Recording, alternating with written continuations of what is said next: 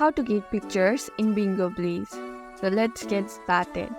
Every time you play in different bingo rooms, you will earn collection like postcards or photo album items. Like that, you will be able to claim new photos after completing the mission.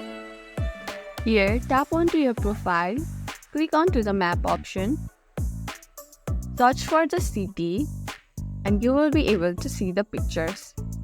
Now, you can trade duplicate pictures with your friends, tap on the items and select send, and help each other finish the album.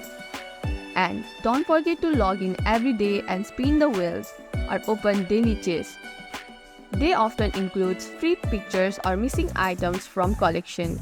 And that's how you collect more pictures in Bingo Blitz.